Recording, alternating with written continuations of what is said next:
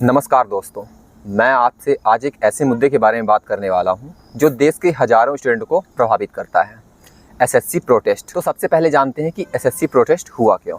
अगस्त 2025 में जो इसकी एग्ज़ाम कंडक्ट कराने वाली एजेंसी थी, जब उसने एसएससी फेज़ 13 के पेपर कराए तो इसमें देखा गया कि इसने एग्ज़ाम सेंटर बहुत दूर दे दिए।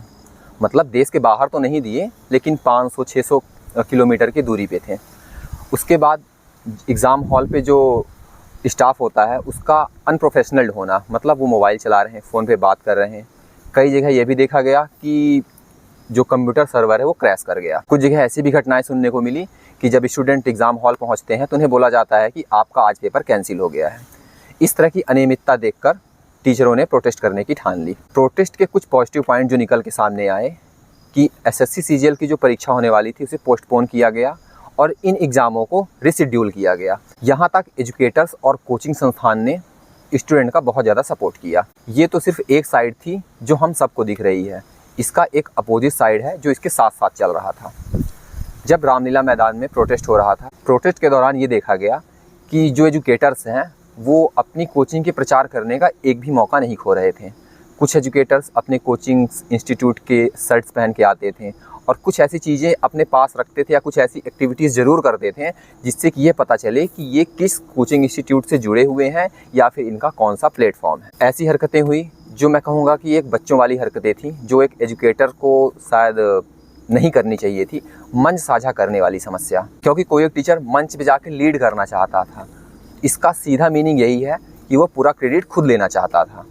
कुछ स्टार टीचर हैं, कुछ नॉर्मल टीचर हैं, कुछ एकदम से नॉर्मल टीचर हैं।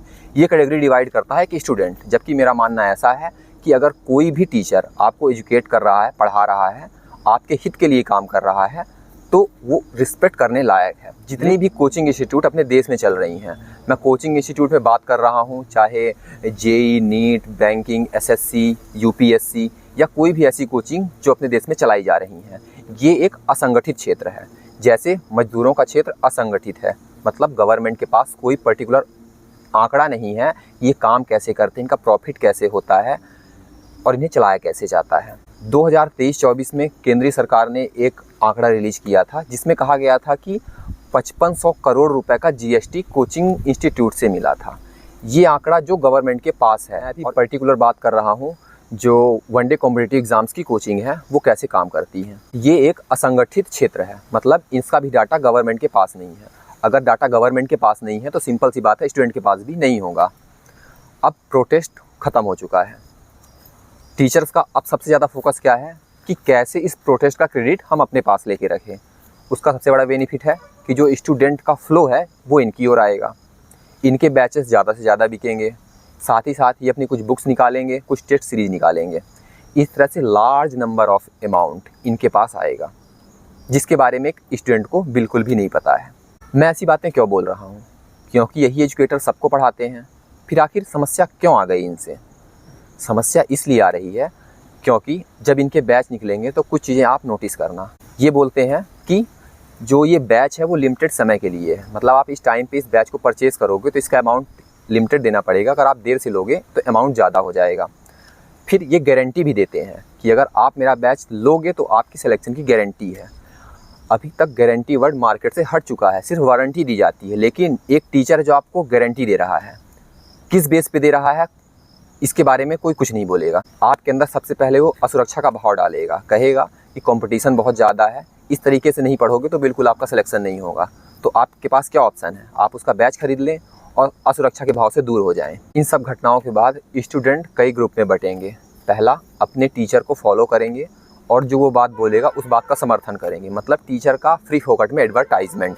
एक स्टूडेंट के तौर पे हमेशा याद रखना कि हमारा काम किसी टीचर का प्रचार करना नहीं है, ना ही उसके बैचेस को लोगों तक पहुंचाना है। क्योंकि सोशल मीडिया है, उसका यूज करके टीचर अपने बैच का एडवर्टाइजमेंट करता है। इन सब घटनाओं से हमें क्या सीखना चाहिए? ये तो बिल्कुल नहीं सीखना चाहिए कि हम किसी टीचर के पीछे लग जाएं और उसके प्रचार प्रसार में लग जाएं। क्योंकि जब अपने ये बिजनेस पे आते हैं तो इनका सबसे बड़ा फोकस होता है जो हमारे कंपटीशन में दूसरा टीचर है, हम उससे कुछ बुराइयां स्टूडेंट तक पहुंचा दें। उसका सीधा सीधा ये फ़ायदा होगा कि कुछ हमारे अगेंस्ट होंगे और कुछ हमारे साथ हो जाएंगे।